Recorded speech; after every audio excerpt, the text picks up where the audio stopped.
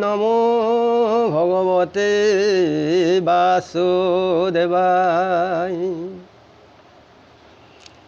ব্যাসনি গদতি লুব্ধমতি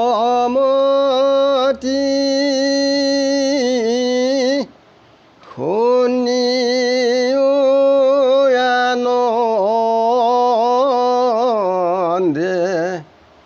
কৰ্ণপাতি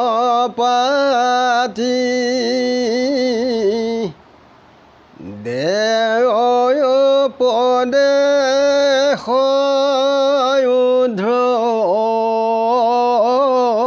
বা শ্ৰকৰি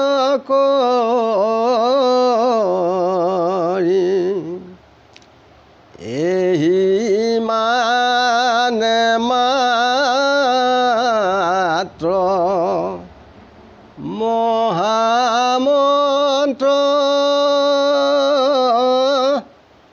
সংসাৰ দুৰ্ঘোৰ বিষহাৰী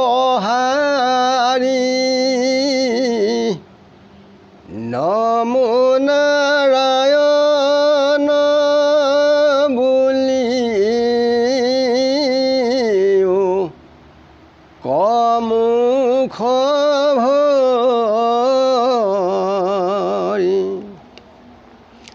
কুবেৰৰ ঢৌৰ প্ৰশস্তি ছবি দ্বিতীয় খণ্ড। ৰামনন্তৰে ধনেশ্বৰে নিপতিক দয়াতৰে বুলি লন্ত কৰিয়া সাদৰ তোমাৰ মনৰ যত পূৰ্ণ হকয় অভিমত দেও যত লাগেলো আবৰ কিন্তু তুমি নিপবৰ কৃষ্ণ পদ পংকজৰ সেৱাতে খেৰতীয়া চাখনি পাছে সিটো নিপবৰ বাক্য শুনি কুবেৰৰ বুলিবে লাগিলা মনে গুণী হে ৰাজেশ্বৰ যদি মোক দিয়া বৰ শুনাতে বেগুচৰ আমাৰ কৃষ্ণৰ চৰণে মনেৰে যেন সৰ্বখন সুখে যেন তৰায়ো সংসাৰ ৰাজাৰ মনৰ কাজ শুনি পাছে দিগৰাজ হৌক বুলি দিলা সমিধান চাহি আছা নৰপতি বিমান সহিতে তৈতি তত কালে ভৈলায় অন্ত্ৰ ধ্যান অনন্তৰে ধ্ৰুৱে বাসী নিজ নগৰত বসি কৰিলন্ত যজ্ঞ বহুতৰ দেয় দ্বিজ পিতৃগণ সবাৰতো শিলা মন দিলা ৰাজা দক্ষিণা বিস্তৰ দৈৱ দেশ কাল কৰ্ম যত যজমান ধৰ্ম সমস্তৰে আত্মনাৰায়ণ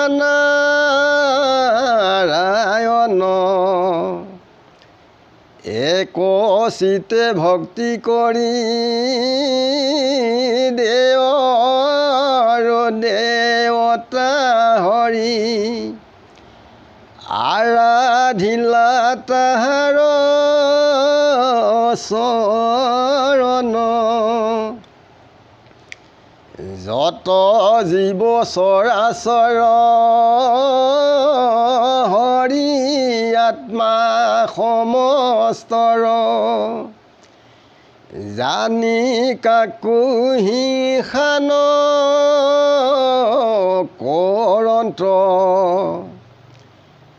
উত্তম অধম প্ৰাণী প্ৰাকৃত লোকক জানি যথোচিতভাৱে প্ৰবৰ্তন্ত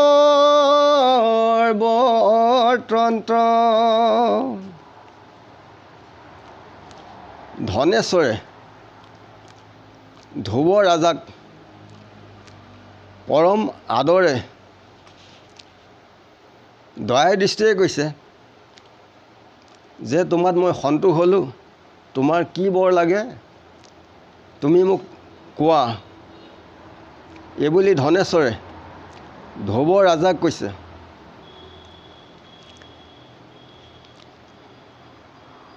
নৃপতিয়ে কৈছে যে তুমি কৃষ্ণৰ পাদ পদ্মত সেৱাত তুমি ৰতি হৈ আছা বুলি আমি শুনি আছোঁ। যে কুবেৰৰ কথা শুনি ৰজাই কৈছে যে আপুনি যেনি ৰজা ৰাজেশ্বৰ হোৱা তেতিয়াহ'লে মোক এটা বৰ দিয়ক আপুনি শুনক যে কৃষ্ণৰ চৰণ পদ্ম যেন সৰ্বক্ষণে মোৰ মনৰ পৰা নগুচক। আমাৰ মনুষ্য লোকসকলে এই মাধ্যমেহে ঈশ্বৰ কৃষ্ণক প্ৰাৰ্থনা কৰিব লাগে যে সুখে যেন সংসাৰৰ পৰা আমি অচিৰে আমি উদ্ধাৰ হ'ব পাৰোঁ। ৰজাৰ মনৰ ভাৱ বুজি ধনেশ্বৰে সেই হওক বুলি তেওঁ আশ্বাস দিলে আৰু বিমানৰ সহিতে তেওঁলোক তাৰ পৰা অন্ত নাইকিয়া হ'ল, গুচি গ'লগৈ। তাৰপাছত ধ্ৰুৱ আহি নগৰত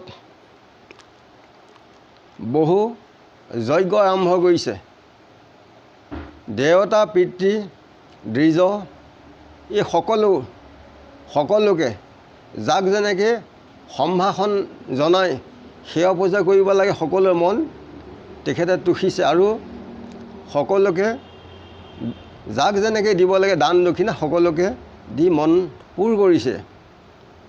দেশ কাল দৈৱ আৰু যজমান এই সকলোবিলাক আত্মা নাৰায়ণ সমস্ততে তেওঁ পৰমাই আছে।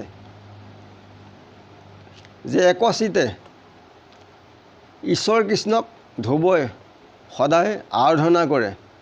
যে এই সংসাৰত যিমানবিলাক জীৱ আছে উৰণ বুৰণ গজন ভ্ৰমণ সকলো আত্মা হৈছে নাৰায়ণ। এই গোটেই বিশ্ব চৰাচৰ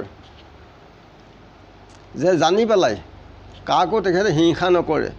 মাছ কাছকে আদি কৰি ছাগলী গৰু ম'হ সেই সকলোতে আমাৰ লগত যিজন পৰমাত্মা বিৰাজ কৰি আছে নাৰায়ণ সমস্ততে সকলোতে তেওঁ আছে। তেওঁলোকে হিংসা কৰা মানে কি? ঈশ্বৰকে হিংসা কৰা হয়। সেইকাৰণে ঈশ্বৰ সিদ্ধি অহিংসাই হৈছে পৰম ধৰ্ম। ইয়াতকৈ উত্তম পথ আৰু বেদত নাই। যে সকলো প্ৰাণীক ঈশ্বৰ দৃষ্টিৰে জ্ঞানে দৰ্শন হ'ব লাগে, কাৰো হিংসা কৰিব নালাগে। নিজৰ সন্তানৰ নিচিনা আমি ভাবিব লাগিব, তেতিয়াহে আমাৰ ধৰ্ম হ'ব। আৰু উত্তম অধম প্ৰাকৃত লোকক জানি পেলাই যাক যেনেকৈ সেৱা ভক্তি কৰিব লাগে ধ্ৰুৱই তেনেকৈ সকলোকে সেৱা ভক্তি ধৰে।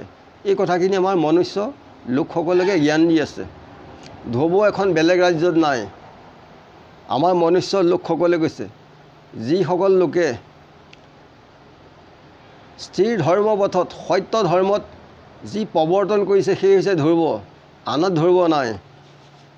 সেইকাৰণে এই মাধ্যমে আগবাঢ়িলে লোকসকলৰ উপকাৰ হয়। দেওবুধি যত প্ৰতিমাত পূজা কৰে, আত্মাৰূপ গুৰু বিপ্ৰ আমাক নাদৰে। বিষ্ণুবুধি কৰি যিটো বিপ্ৰক নাদৰে, সিটো মোক নপয় ভময় সংসাৰে।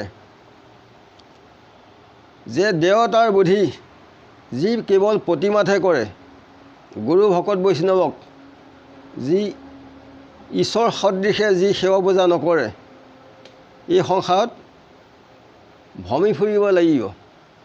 যে একেজন আত্মা ঈশ্বৰেই, বেলেগ বেলেগ নহয়। জুই ইঘৰ সিঘৰ বেলেগ বেলেগ নি একেডাল জুইয়েই।